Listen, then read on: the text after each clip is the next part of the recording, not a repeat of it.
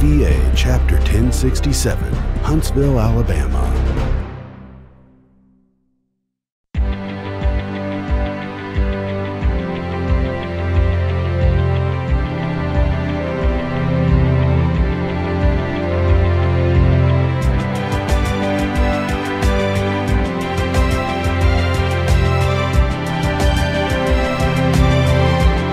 Hey, I'm really excited to have a friend of mine to come up and sing for you tonight.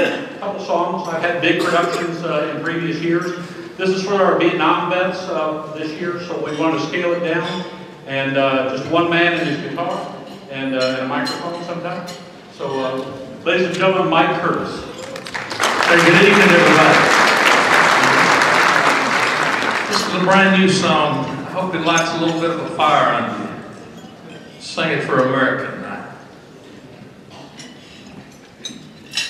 I brought my band in a box.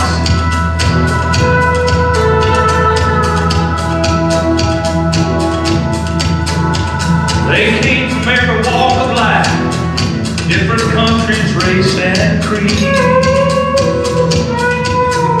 to a land they call America, where a heart can chase a dream. They declared their independence, and with the Constitution rolled, they passed a dream on to the future with the power of the vote. But today's world's getting crazy. Now I'm not opposed to a little change, but we're losing our foundation, pointing fingers, laying blame. We got folks not even standing for our anthem and our flag. But as for me, I'll never treat her like she's some worthless rag. I pledge allegiance to her glory, forever may she wave. To those who fight for freedom, who want to see her saved, from those trying to change our country that keep tearing at her seams. But for those who love America, God save the dream. Let's hear it for America tonight, y'all. Come on.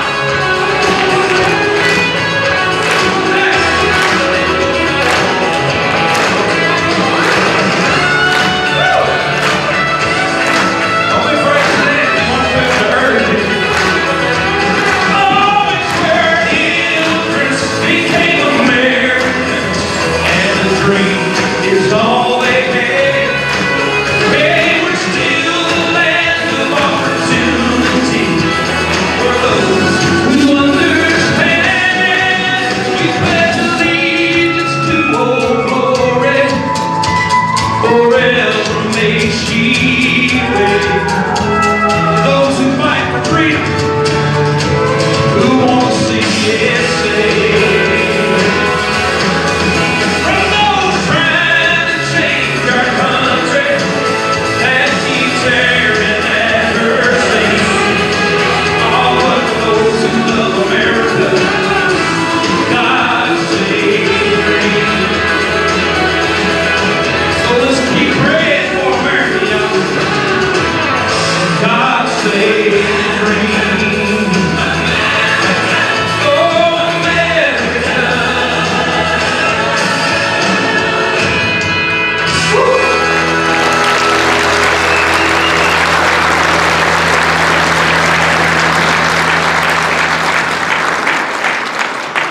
Did y'all hear about that gal that passed and she got the glory and got up there to St. Peter? St. Peter says, all you got to do is say the password and you come on in. She said, what's the password? I said, L-O-V-E, love. She goes, well, L-O-V-E, love. He said, well, come on in. First job I got for you is to watch the gate. Anybody comes in and say the password. So she lets several hundred people, maybe 1,000 through, and she sees her husband. She goes, what are you doing here? He said, well, honey, I got to missing you. Well, you got to spell the password. He goes, what is it? She said, Czechoslovakia.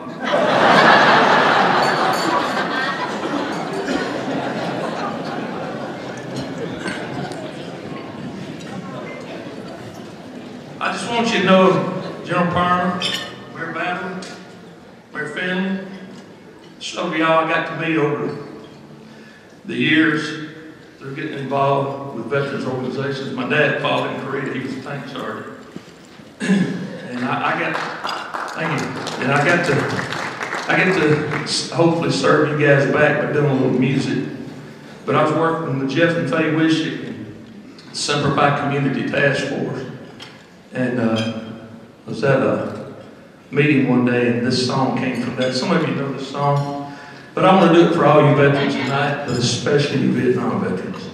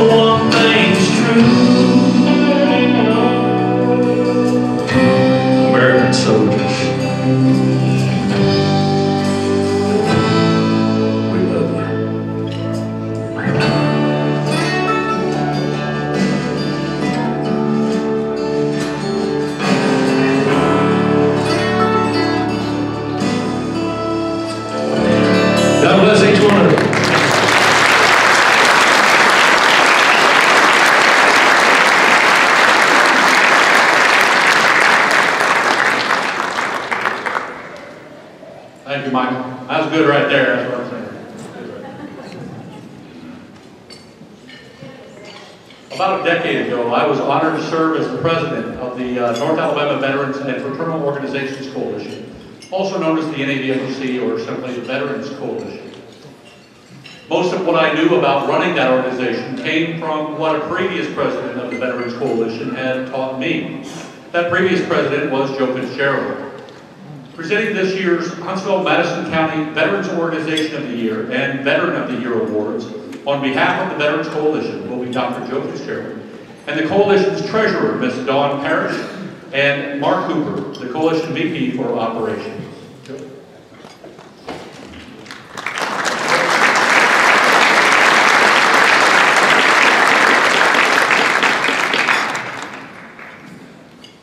Thank you, Max. Each year, during our Veterans Dinner program, the North Alabama Veterans and Fraternal Organizations Coalition, or Veterans Coalition, has the privilege of affording special recognition to one of its most deserving organizations. The award is aptly named the Huntsville-Madison County Veterans Organization of the Year. This award shines the spotlight on an organization that serves the veterans community in an exemplary manner. An organization that loves veterans and has a passion for serving veterans. I would like to ask Casey Bertling and Sam Bertling to join me on stage, please.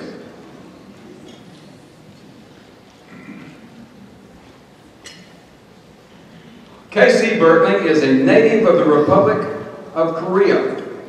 She had a childhood ambition.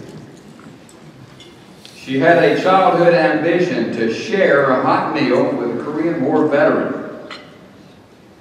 In 2006, Casey and her husband Sam hosted their first luncheon with 6 Korean War veterans. Each year the luncheon grew and grew as they continued to host lunch events out of their own pockets. In January 2011, Casey and Sam established the Legacy for Korean War Veterans Foundation, a 501c3 nonprofit organization. And in November 2012, Casey and Sam sponsored 9 Korean War veterans and 3 guardians to revisit Korea with all expenses paid. Needless to say, this brought a profound impact on their lives and healings to the war-torn memories for more than 6 decades. In June of 2017, the new bridge on Old Madison Pike near Indian Creek Greenway between Jan Davis and Slaughter Roads was named the Korean War Veterans Memorial Bridge. With the unanimous approval of the City Council, Casey was the chief advocate for renaming this bridge, or naming this bridge, Casey. At this year's 2019 luncheon, the Ambassador for Peace Medal was presented to Korean War veterans and family members of deceased veterans and MIA-KIA families. I was proud to accept this medal on behalf of my late brother and Korean War veteran Chief Master Sergeant Tom Fitzgerald.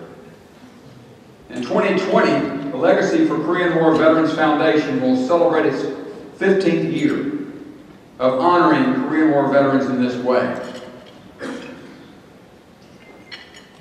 Ladies and gentlemen, the 2019 Huntsville-Madison County Veterans Organization of the Year is the Legacy for Korean War Veterans Foundation.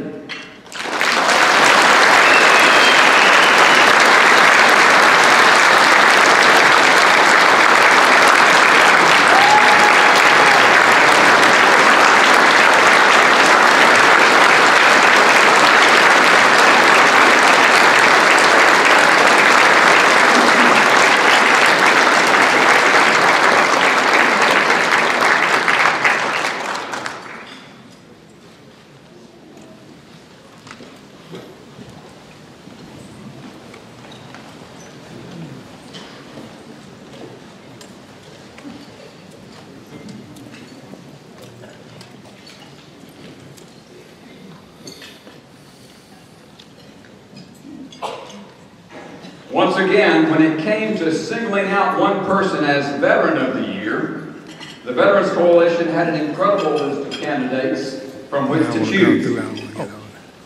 But of course, one veteran stood out. Would Tom McKinney please join me on stage?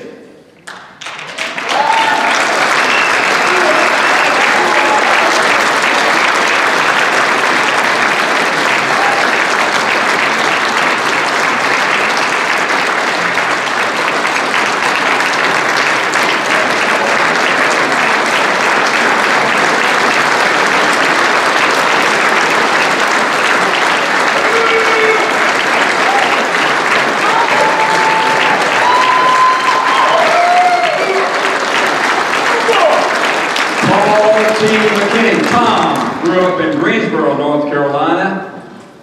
In 1963, he enlisted in the United States Marine Corps and went to Paris Island for basic training and then on to advanced infantry training.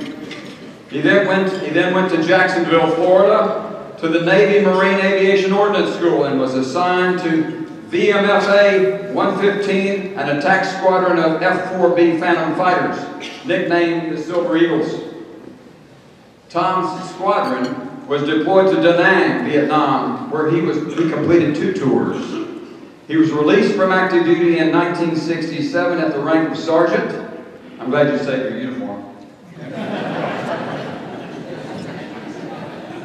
And returned home to marry his high school sweetheart Sandra in 1968. They have been married for 51 years and have 2 sons and 2 grandsons.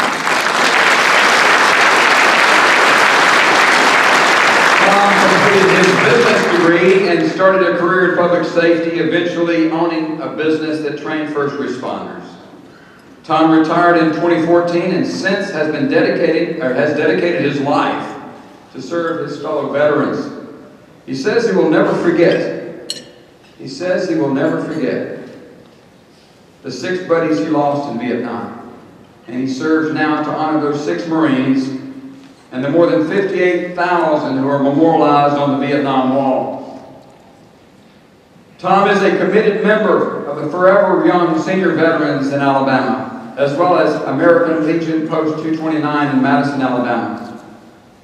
Tom and Sandy both support these organizations and always answer the needs of Tom's fellow veterans.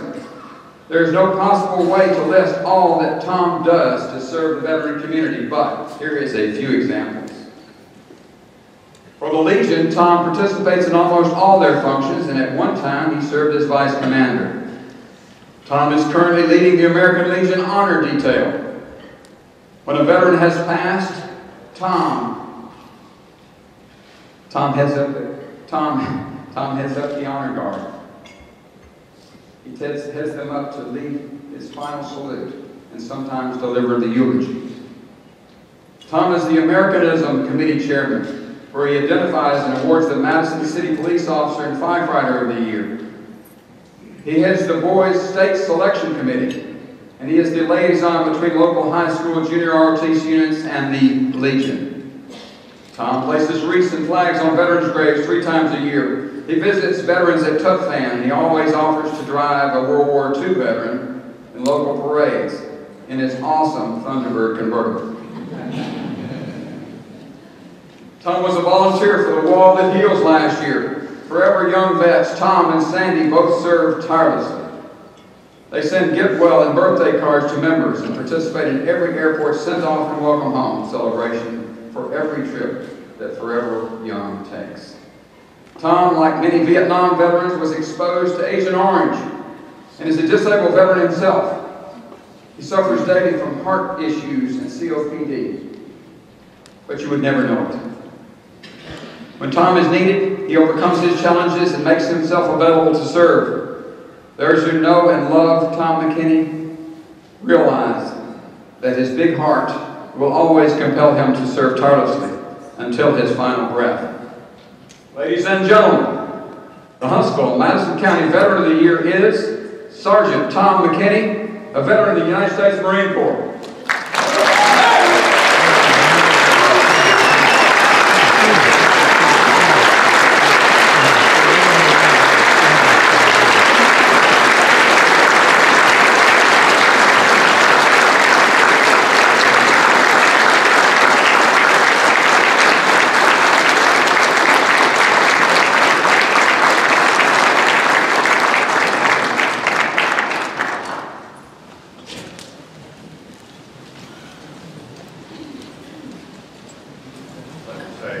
Thank you, veterans. Thank every one of you for what you've done and how you've served this great country.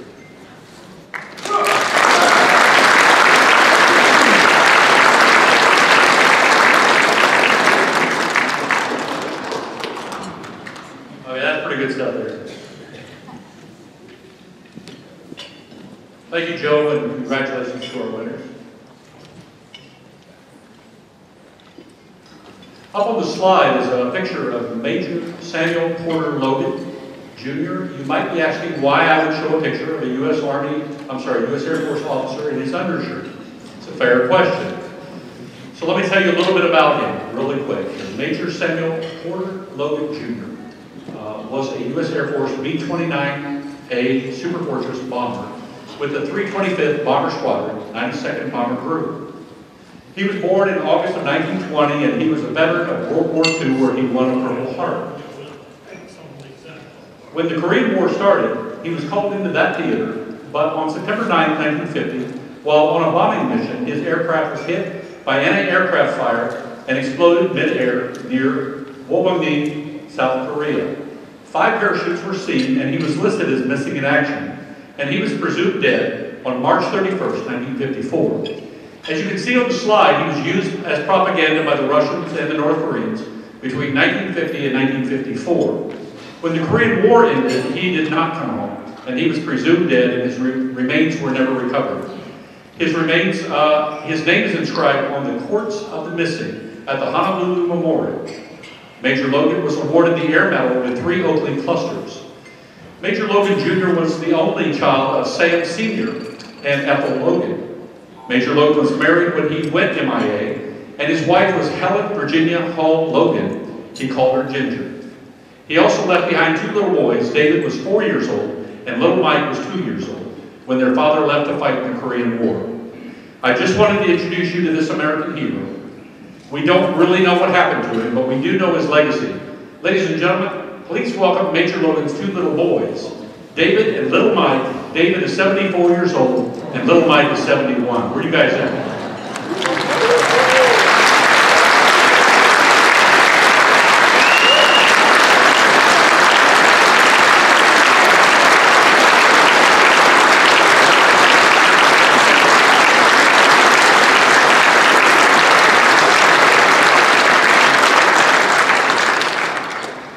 They are our guests tonight, and thank you to the Legacy for Korean War Veterans for bringing them in from Tennessee tonight.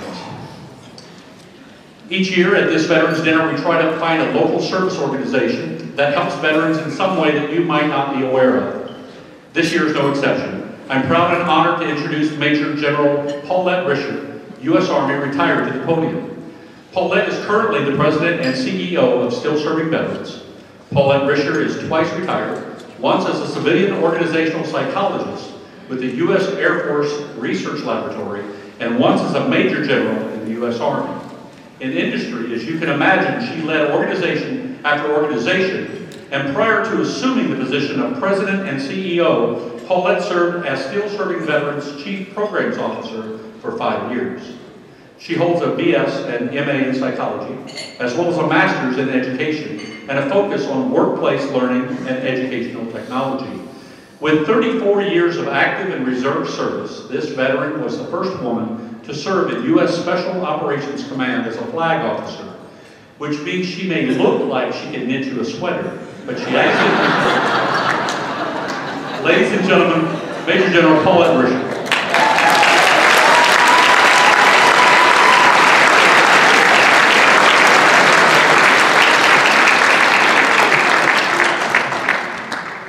Very much. Max, I've never been introduced like that before. Absolutely true. You know, we hear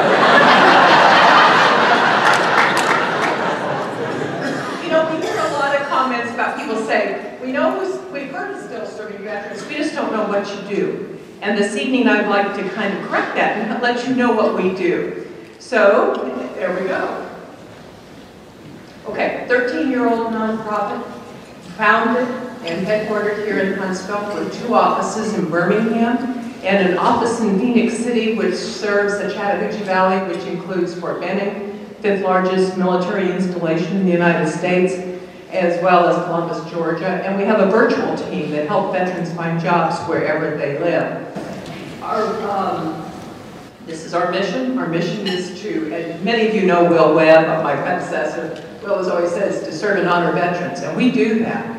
We do that by helping them build meaningful lives, helping them find good jobs, be connected to the benefits that they have earned, and the community resources they may need, especially in times of crisis.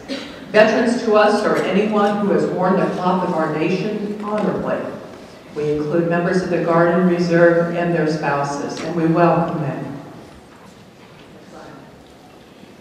This is what we do. The two things I'd like to point out, one is that our primary mission is helping veterans find jobs. In the last 3 years, we've helped 2,700 veterans find jobs. And this year,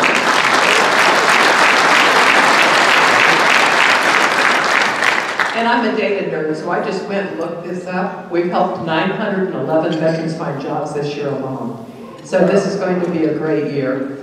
In addition, we help veterans file their VA claims, and all of you that have been through that process knows that can be very daunting. Our team has filled out over 1,800 VA forms this year alone. So we spend a lot of time doing these jobs. Next slide. Who are the veterans we serve? Well, just look around this room. And we have served people from 18 into their 90s, of all branches of service, although we're preferential to the Army, but I don't say that because my Marines give me a hard time. About 16% of our veterans are female. When you consider the state only has about 9% veterans, that's really something we're very proud of. About 85% of our veterans were enlisted, and we're just really honored to serve this diverse group. Now, who are the we?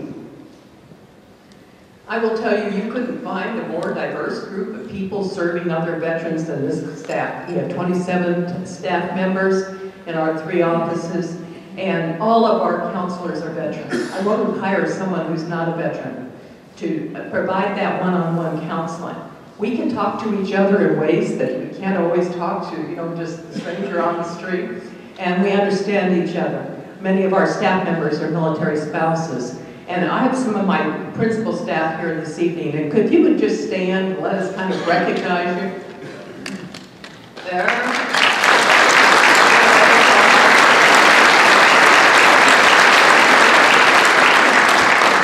They dress up real nice. Didn't say that, that's probably not politically correct. So all organizations have stated values, and we, like others, have values such as teamwork and excellence and stewardship. But the one value that we have that I really prize is that of calling. You cannot do this work if you are not called to do so. You can't do it effectively. You don't have a heart for it. And it's hard work. And many of the people here in this room totally understand this. So next one. So here's what I would suggest to you. Thank you for your service isn't enough. It is not, and people do it all the time, and I do it all the time. I thank people for their service. But what our veterans really need is our help, and our respect, and our love, and they need that everyday caring. And this group, look at this group tonight, representative of our communities, we provide that in a way I don't think can be found anyplace else in the United States.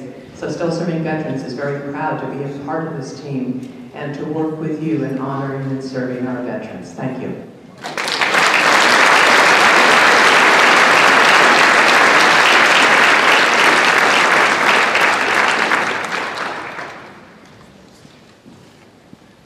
Isn't she lovely?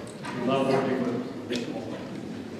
Right before we get into the highlight of the evening, the last event, which is the Madison County Military Heritage Commission, I want to invite Michael Curtis back to the stage for one final song, and then we'll get right into the Hall of Heroes. Ladies and gentlemen, Michael Curtis.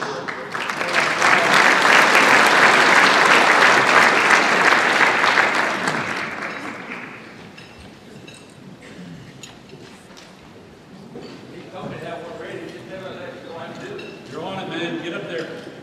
Sing for yourself.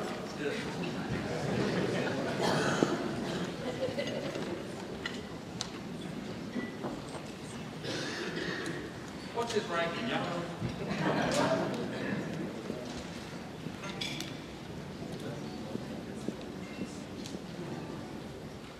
Some of you may have heard me do this song before. Those of you that, I hope you enjoy it. Like one of my favorite soldiers of this song.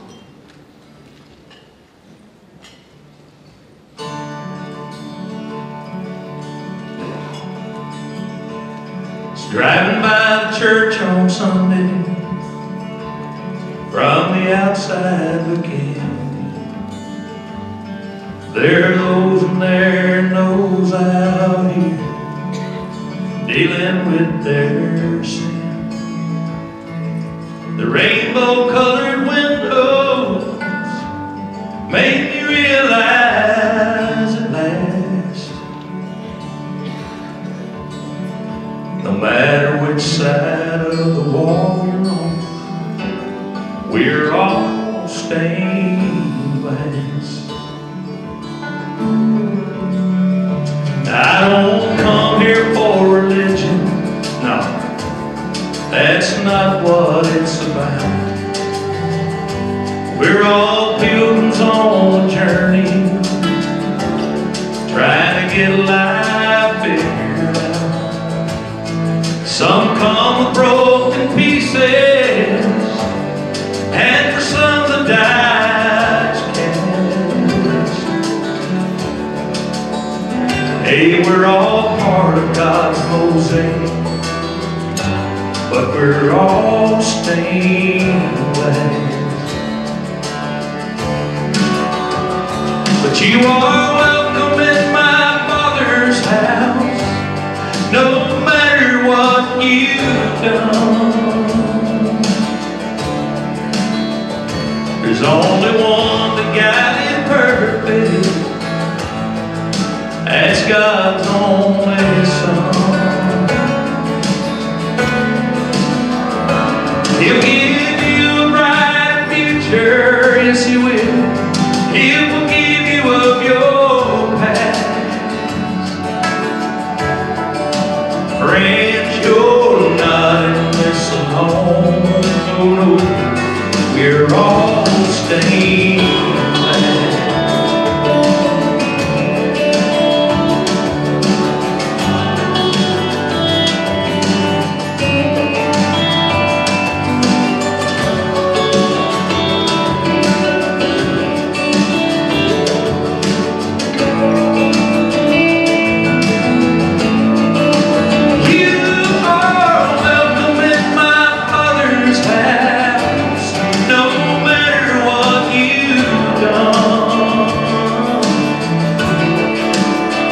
There's only one that got it perfect, that's God's only Son. He'll give you a bright future, yes He will. He will give you of your past. Friends, you're not in this alone, no, no. We're all stained glass. No, without the blood of Jesus, we're all stained glass. Thank you.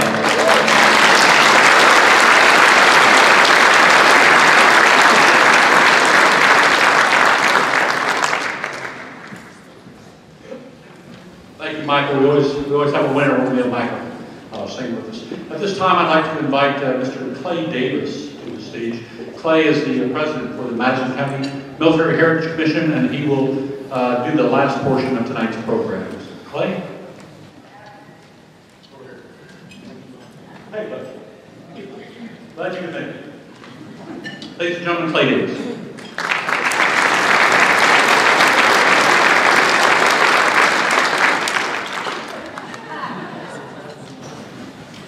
Thank you, Max. Michael, thank you so much for that absolutely beautiful song and the message in that. Thank you very much.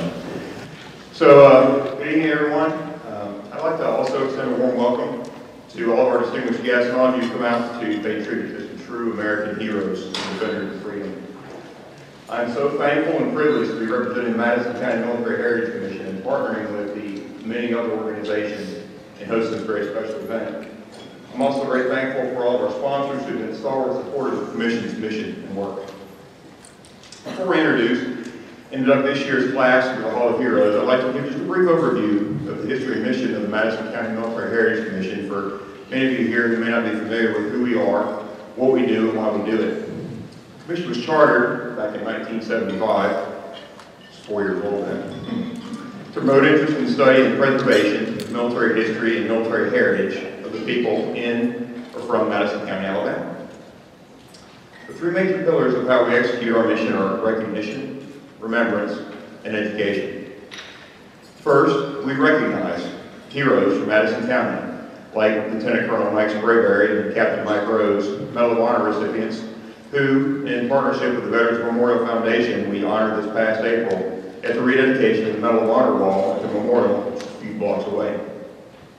And of course, tonight, as we have for several years now, we recognize the heroes, including several of our board members and all those on our membership rolls who have demonstrated valorous action in combat dating back to the start of the county in 1808. After a rigorous nomination and screening process, we will induct this year 7 new members into our Hall of Heroes, having the privilege of honoring and thanking them for their courage and sacrifice. Secondly, we remember those heroes, their courageous actions and how they contributed to the freedom of our country in several ways. One is through capturing oral histories and very professional taped interviews that are broadcast locally and on cable TV and posted on the internet, in addition to being stored for posterity and research at the U.S. Library of Congress. Another way we remember is through the world-class displays of medals, stories, and names in the beautiful cases over at the courthouse, as described in the program. I'll echo what Max said earlier. If you haven't had a chance to go visit, I encourage you to pay a visit. Of course, if you're in the courthouse, it's usually not for a very good reason, but this would definitely be a good reason to go over to the courthouse and pay a visit. Lastly, we educate through the Price of Freedom program, where our Hall of Heroes inductees, including, later on, those we induct tonight, engage with students in schools and other venues to share their stories and dialogue with students to teach them about the conflicts they were involved in, the role that they played, and how those events shaped history, and how the heroic actions of a few of their fellow residents contributed to preserving the freedoms that they enjoyed. In fact, we're embarking this year on a project with the local school system to develop a specific educator resource to faculty and students that fully supports the state curricular standards in American and world history. Being able to impact the next generation to understand that freedom is not free and why our founding principles are worth fighting and dying for.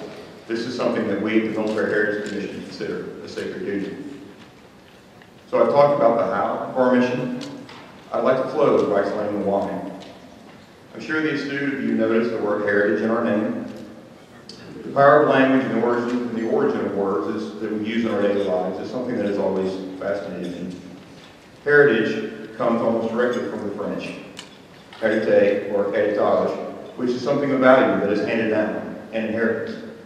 Now, I have not even served a full year as president of the board of directors of the Military Heritage Commission. My predecessor, who Max did such a wonderful job earlier of recognizing, was retired Marine Lieutenant Colonel Bob Marshall. Bob believed with every fiber of his being that we have something of value that needs to be handed down. It needs to be preserved and remembered, not for our sakes, but for the sakes of those generations after us. As Bob so eloquently stated in his beautiful remarks that I could never hold a candle to at last year's induction dinner, he said, quote, "I believe it falls to us, the military veterans, to defend and preserve and model the best parts of America, our home, and extinguish those things that are burning, the time-tested pillars of our society. It falls to us because we know that the price has been paid by heroes like the ones that we honor tonight, especially by those who never returned. We owe it to them because their sacrifices of life, limb, blood, and tears must not have been in vain." That's why, as Bob was fighting mightily against aggressive cancer for 19 months, he continued to dedicate hours of time and phone calls and meetings and emails to carry on his work until he could just not physically do it any longer and had to focus on the precious time he had left with his family, which he did. That's why Bob made sure that the baton of leadership was passed to carry on the mission of leaving an inheritance of freedom and its cost, endowed by our Creator, paid for with precious blood, to those who will come after us. To all of you, assembled here tonight, veterans, friends, neighbors, Americans, I make this humble request. Let us please not tarry. Let us not forget. Let us not stop doing the things like we're doing tonight, honoring those who deserve honor, for believing, for fighting, for sacrificing, for loving this country and all its blessings, enough to step into the breach where others would never dare. I'd now like to recognize two very special guests. First of all, we know, we've heard many times before, that behind every great man is a greater woman. But I'd like to introduce Bob Marshall's beautiful, loving wife of 29 years, Jenna. She's with us tonight. Please join me in thanking her. And Bob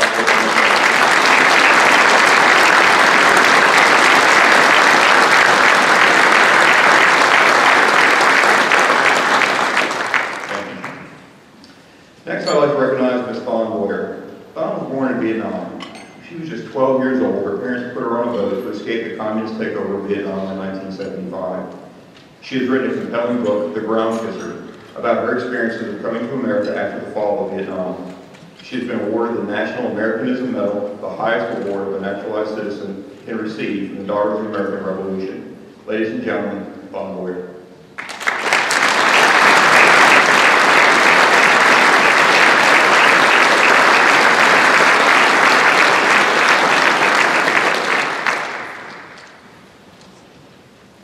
Finally, it is my pleasure to introduce a fellow member of the Military Heritage Commission Board of Directors who will conduct this evening's class of 2019 Hall of Heroes induction ceremony. He's worked in local broadcasting for over 40 years. He's a Marine Corps veteran. Hey!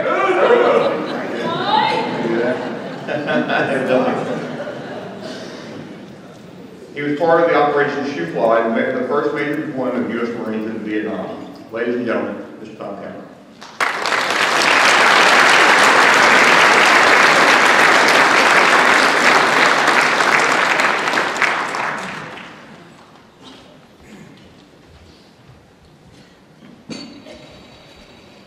Thank you, Clay. It's good to be with you tonight. We'll get to the enrollment of our Hall of Heroes inductees in just a moment. But first, it is my pleasure to introduce several others who will join Clay and I here on the stage to present the awards to this year's inductees. If you don't mind, please hold your applause until they're all in place. I'll call them up in the order they'll be in the receiving line following Clay Davis. Included in our ceremony will be the presentation of Purple Heart certificates to 5 of our 7 inductees. All of whom were wounded in battle while serving our country in wartime. Their names will be added to the Purple Heart Honor Roll in the Madison County Courthouse, as Clay stated earlier. Making the presentations will be the commander of the local chapter of the Military Order of the Purple Heart, Leonard Robinson. Leonard is a Purple Heart recipient and also a Military Heritage Board member. Leonard, would you join us also, please? Thanks, sir. Would the following gentlemen join us here on the stage? General Gus Perner, sir, would you join us? Dr. Joe Fitzgerald. Honorable Huntsville Mayor Tommy Bowden. Commission Chairman Dale Strong, sir, would you join us? And the Honorable Madison Mayor Paul Finley. Also join us.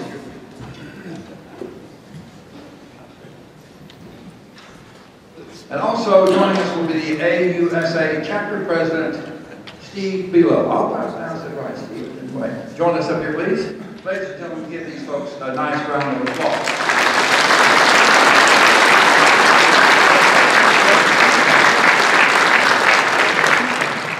Looks like a good crew, doesn't it?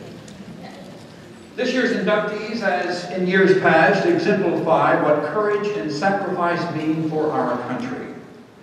I sincerely hope, as you do, that our country will always have men and women like those we will be honoring tonight. I'll now read the names and the deeds of those who will be inducted into the Madison County Military Heritage Hall of Heroes and those to be enrolled in the Purple Heart Honor Roll.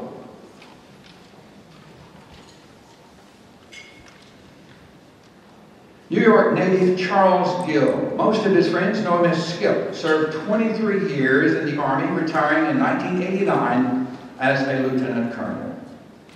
On May 24th, 1969, then First Lieutenant Gill, while serving as acting troop commander and then as a platoon leader with Troop A, 1st Squadron 11th Armored Cavalry Regiment, distinguished himself by gallantry in action in the Republic of Vietnam.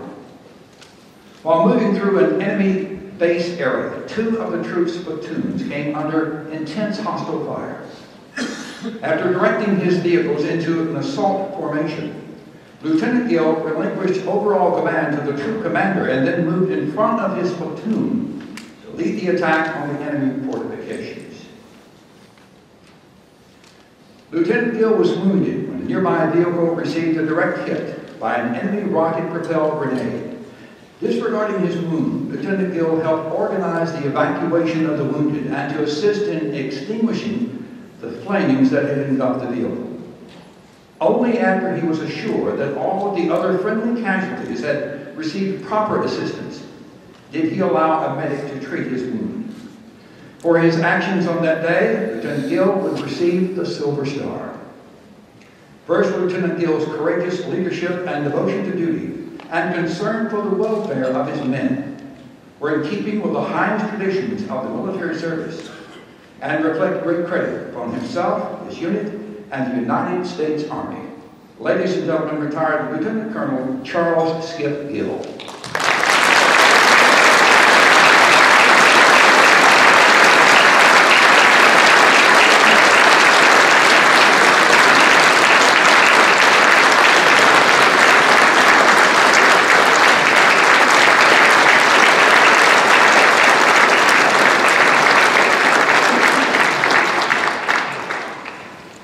Skip is also the recipient of 2 awards of the Braun Star Medal with Valor, an Air Medal with Valor, an Army Commendation Medal with Valor. He also received a Purple Heart for the wound he received during that battle in May of 1969. He was riding on the back of an armored vehicle when he suffered a head wound. He wasn't critically, Colonel, you could say he was greatly agitated. So he pursued the rifleman and was able to dispatch him. We proudly add his name to the Purple Heart Honor Roll.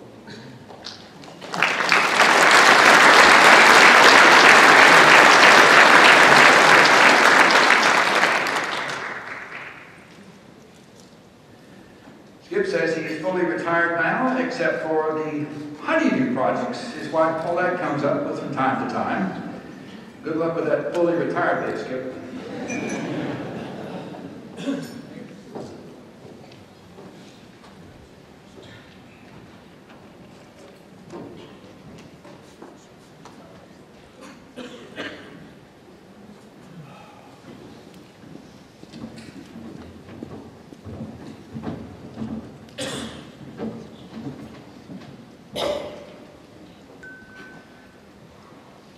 Originally from Deadwood, South Dakota, retired Colonel David Ressler, 1964 West Point graduate, served 26 years in the U.S. Army. On a search and destroy mission on February 27, 1968, while serving with A Troop, 1st Squadron, 1st Cavalry, then Captain Ressler distinguished himself by heroic actions when his troop made contact with 2 main force Viet Cong battalions in well-entrenched fortifications. Receiving hostile fire from both the front and the flanks, Captain Ressler immediately deployed his forces in a professional and calm manner. In order to maintain the direction of the attack, he positioned himself with the point element during his troops' advance and was able to lead his forces into and through the enemy positions. During the battle, the enemy fire became so intense, Captain Ressler ordered his track crew to seek shelter inside the vehicle while he remained exposed in the hatch, continually returning fire and directing his troops. At one point, in order to disengage his unit in a change of maneuver, he called in aerial rocket artillery to within 10 meters of his tracks. During the 5-hour encounter, Captain Ressler exhibited great personal bravery, aggressive leadership, and dauntless determination. For his actions on that day, he was awarded the Silver Star. Captain Ressler's unquestionable valor while engaged in close combat with a numerically superior hostile force is in keeping with the highest traditions of the military service and reflects great credit upon himself, the Americal Division, and the United States Army. Ladies and gentlemen, retired Colonel David Bressler.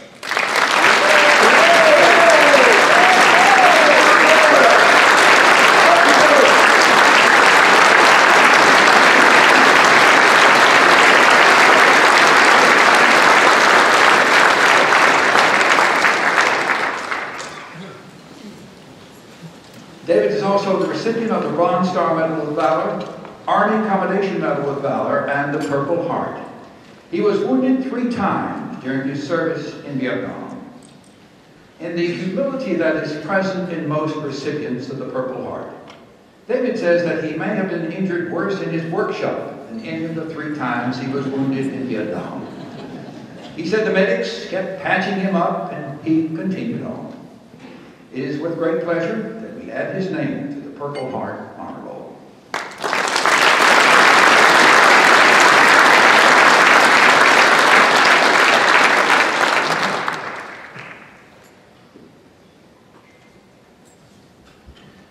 David says he still to this day carries with him the names of those men he served with who lost their lives in battle. David worked many years with Teledyne Braun here in Huntsville. He and his wife Diane have 4 children and 8 grandkids. And I also want to mention David has 5 family members who graduated from West Point.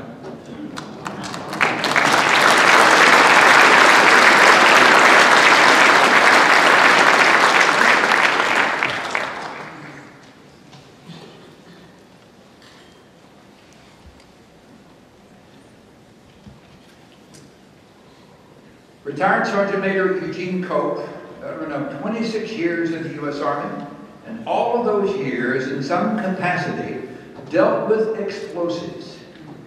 Many would say he's fortunate that he's still in one piece. I think it's also due largely to being an expert in his field. Sergeant Major Cope is the recipient of the Soldier's Medal for his brave and heroic action to save the lives of fellow soldiers during a controlled demolition disposal exercise.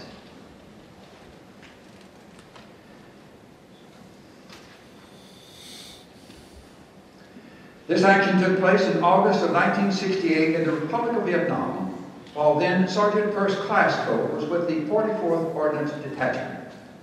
His detachment had prepared a demolition site for some 5 tons of explosives recovered from Viet Cong storage locations. A team of guards had been placed surrounding the demolition area to keep fellow soldiers and locals from wandering into the area. The guards were instructed to remain on watch until a signal was given to clear the area. When that signal was given, 2 of the guards mistakenly were approaching the blast area. By this time, the fuses were already ignited and the explosives were to go off in less than 5 minutes. It was too late to safely pull the fuses, so Sergeant First Class Cope, without hesitation, jumped from his secure location, started running and yelling to warn the guards of the impending blast. He reached the soldiers, and all 3 were able to crawl into a ditch some 50 yards from the blast. They all received minor wounds and ringing ears, but were fortunately okay. Sergeant Cope's heroic action on that day reflects great credit upon himself, the Explosive Ordnance Program, and the United States Army. Ladies and gentlemen, retired Sergeant Major Eugene Cope.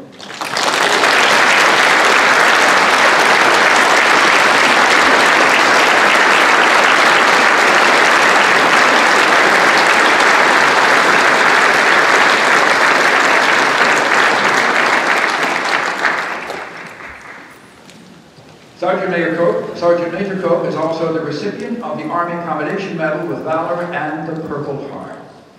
He received his Purple Heart for wounds suffered during hostile action in 1969. He says there are some discrepancies as to the number of times he was wounded, but the Army does recognize at least 1. No matter the actual number, we're proud to add his name to the Purple Heart Honor Roll in the Madison County Courthouse.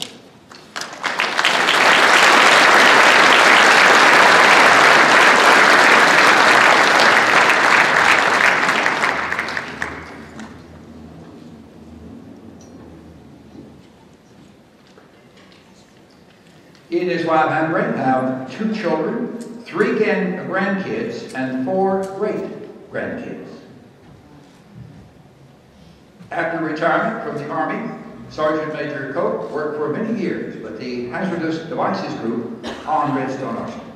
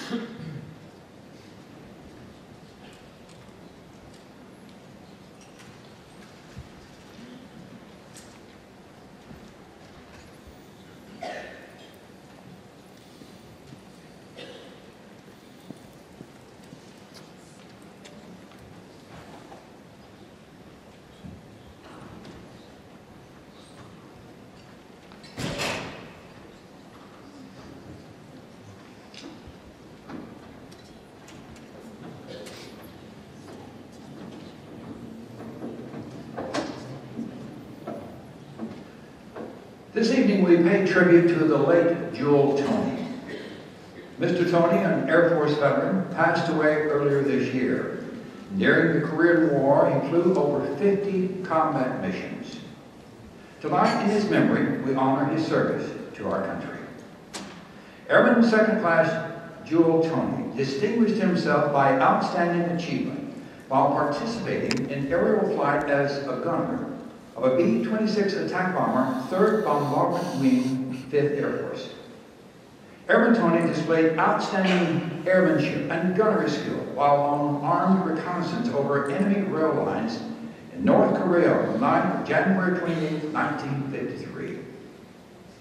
During that mission, an enemy locomotive and a concentration of boxcars were sighted, and despite hostile ground fire, were immediately taken under attack in a series of low-level bombing and strafing runs. Airman Tony, coordinating his fire with the pilot, utilized superior gunnery skill and scored several direct hits on the enemy targets. These aggressive and highly effective attacks resulted in the destruction of the locomotive and 6 boxcars, depriving the enemy of vital rail transportation equipment. For his skill, courage, and devotion to duty on that successful mission in North Korea, Jewel Tony was awarded the Distinguished Flying Cross. He was 19 years old. Airman Tony's action brought great credit on himself, his unit, and the United States Air Force. Ladies and gentlemen, accepting the induction award for Jewel Tony is his wife of 62 years, Mrs. Peggy Tony.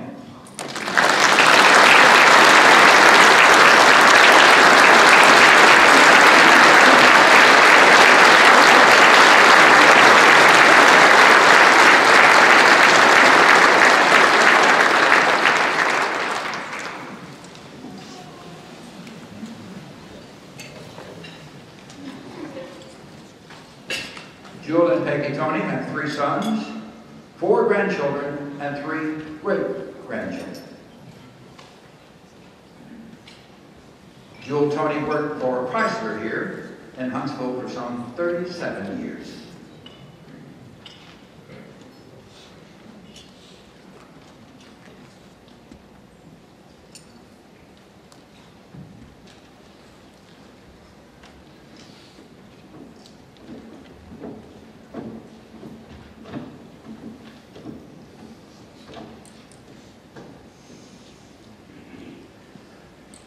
Retired Colonel Curtis Potts, a native of Illinois, served 29 years in Army aviation and as a Special Operations Officer. Colonel Potts entered the service after graduating from Loyola University in Chicago in 1980. On March 20th, 2003, Colonel Potts, commander of the 4th Brigade Aviation, 3rd Infantry Division, initiated the ground war for Operation Iraqi Freedom. He commanded and controlled from his Black Hawk helicopter the destruction of the Iraqi border post, with his AH-64 battalion effectively opening the corridors for the ground forces to pass through. After his attack battalion commander's aircraft went down, Colonel Potts assumed control of the AH-64 helicopters, directing their fire per the mission profile. During the initial contact at the border, he was instructed to move from his position to allow for cruise missiles to safely pass through his aerial holding point. Colonel Potts elected to stay on station to maintain positive control of his attack aircraft by increasing his altitude to 1,500 feet to allow the cruise missiles to pass under his helicopter's safe zone. He continued to control the air assault, shaping the maneuver space for the ground brigade combat teams as part of the main effort on the march to Baghdad. Colonel Potts was in direct command of all 3rd Infantry aviation assets for over 24 hours straight, switching out C-2 air crews as necessary to personally stay in the fight to support the ground troops mission. For his courageous leadership and steadfast devotion to duty during this period, Colonel Potts was awarded the Distinguished Flying Cross. His actions were in keeping with the highest traditions of military service and reflect great credit on himself, his unit, and the United States Army. Ladies and gentlemen, retired Colonel Curtis Potts.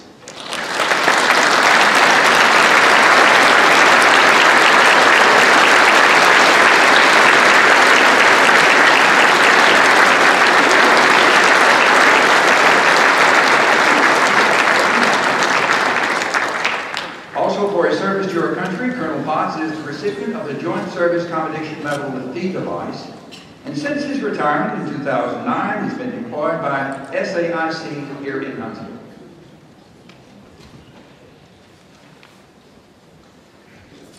Curtis and his bride of 38 years, Susan, have 2 daughters, Jessica and Courtney. And here's a bit of history. As commander of the 4th Brigade Aviation during Operation Iraqi Freedom, he accepted the surrender of more than 16,000 Iraqi troops near the town of Braun. This is the only surrender of enemy forces to the U.S. since World War II. And here's a little trivia for you. Colonel Potts and then Colonel Perna served together the 4th ID during Operation Iraqi Freedom.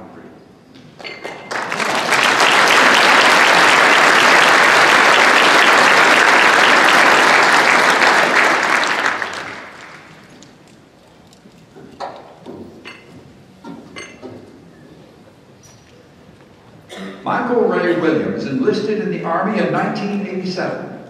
He was trained to work on helicopters, but instead he wanted to fly them. He became a helicopter pilot and later an instructor at Fort Rucker. He served 2 tours in Iraq and 1 in Afghanistan, and after 23 years in Army aviation, Colonel Mike Williams retired this past February.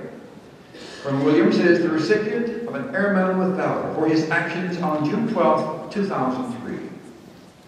While serving with Alpha Company, 3rd Battalion, 101st Aviation Regiment during Operation Iraqi Freedom, then Captain Williams was cited for his heroic aerial achievement while serving as a co-pilot gunner during ground combat operations against terrorist forces. Much of this mission is still classified, but what we can tell you is Captain Williams, with Apache helicopters under his, 4 Apache helicopters under his command, made several runs in the early morning hours on a terrorist encampment, destroying the compound. Captain Williams was praised for his flying expertise and effective leadership that preserved the lives of American soldiers during the battle. His selfless action contributed significantly to the successful mission accomplishment and reflect great credit upon himself, the 101st Airborne Division Air Assault, and the United States Army. Ladies and gentlemen, retired Colonel Michael Williams.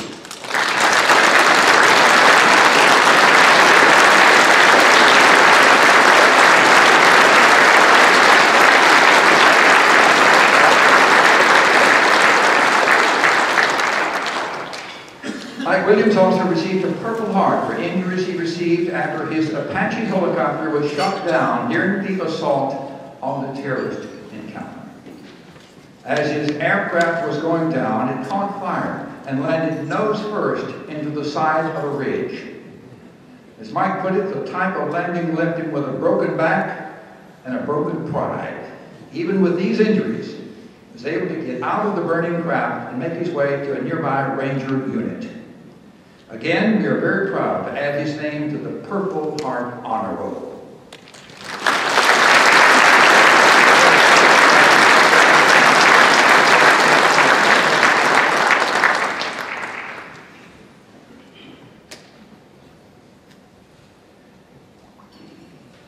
Mike and his wife, Carrie Ann, have 2 children, Ashley and Hunter. He is employed by IOP Solutions, a government contractor doing business here in the Huntsville area.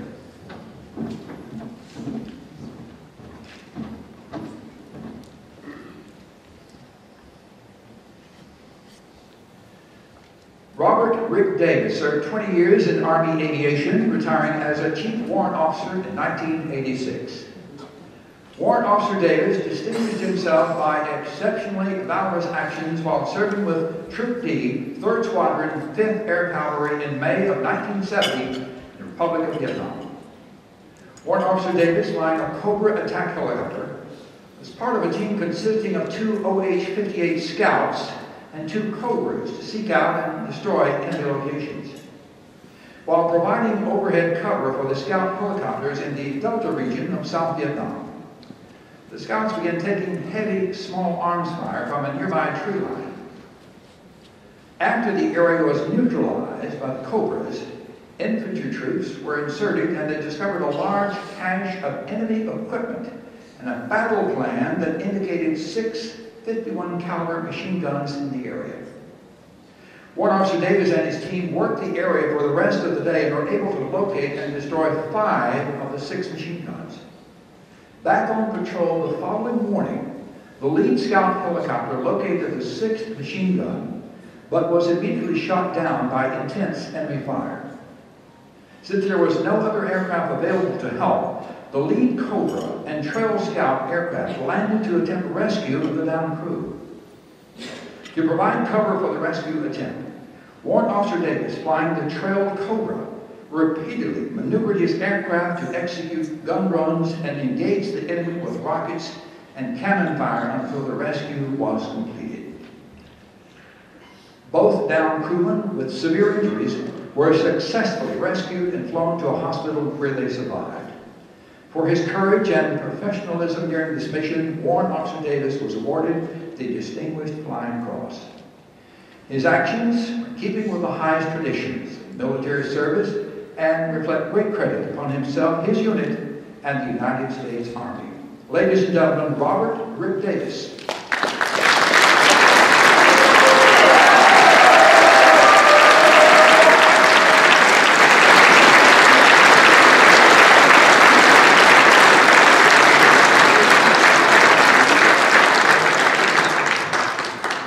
We have the following there, Rick. That's our boy. Rick is also the recipient of 2 Air Medal with Valor Awards and the Purple Heart. He was wounded during his first week in Vietnam when a bullet penetrated the floor of his helicopter and lodged in his leg. He says part of the bullet is still there. We're proud to add his name to the Purple Heart Honor Roll.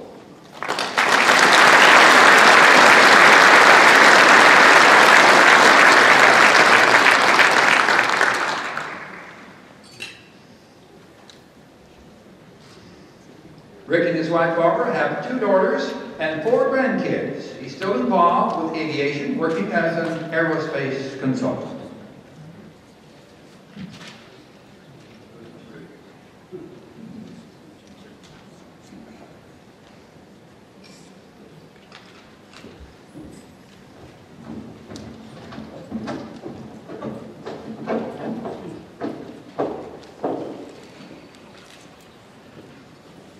Ladies and gentlemen, our photographers will now be taking some group pictures of our inductees.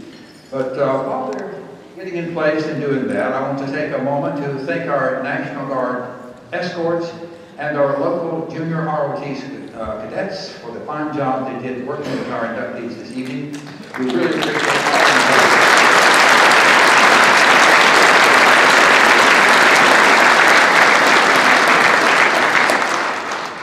appreciate all that you do. Thank you so much.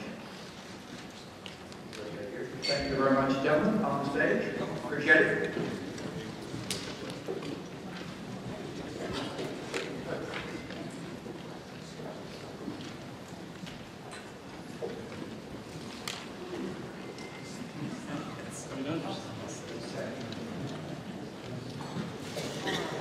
I'll be informed here when they finish with the photography work. Thank you, Braun. Thank you very much. As our inductees make their way back to their seats, let's give them a big round of applause.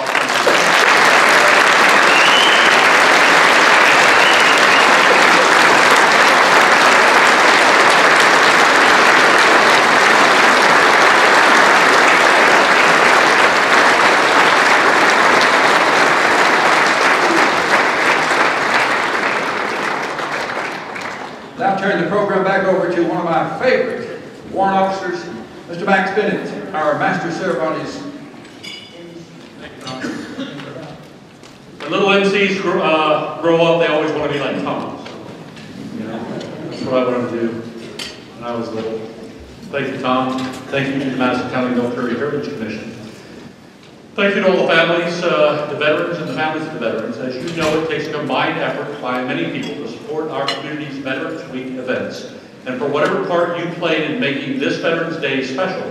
And we have a lot of more events to come up, but I just want to thank you, and I know that you all do too, because it's going to be a great week. There's been planning sessions for the last 3-4 months.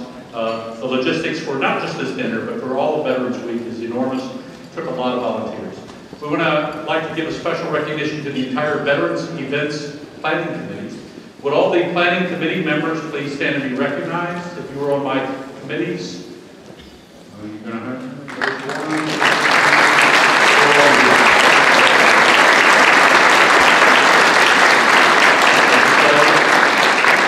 a special shout out to Barbie Ball and Liz Blackman from Team Redstone. Megan Cotton Gully, can't do without Megan Cotton Gully. Can't say that enough.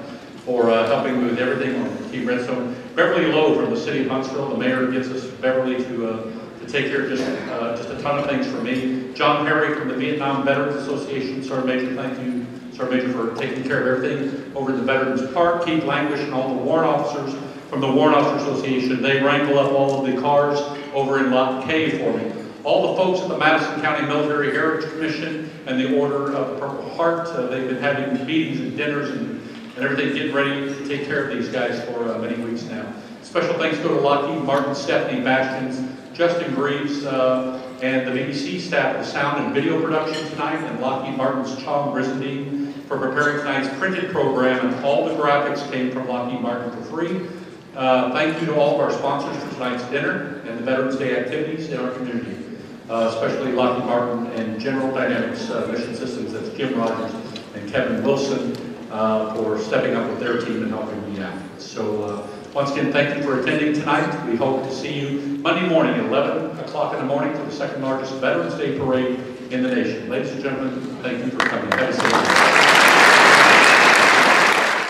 VVA Chapter 1067, Serving Vietnam-Era Veterans. Never again will one generation of veterans abandon another.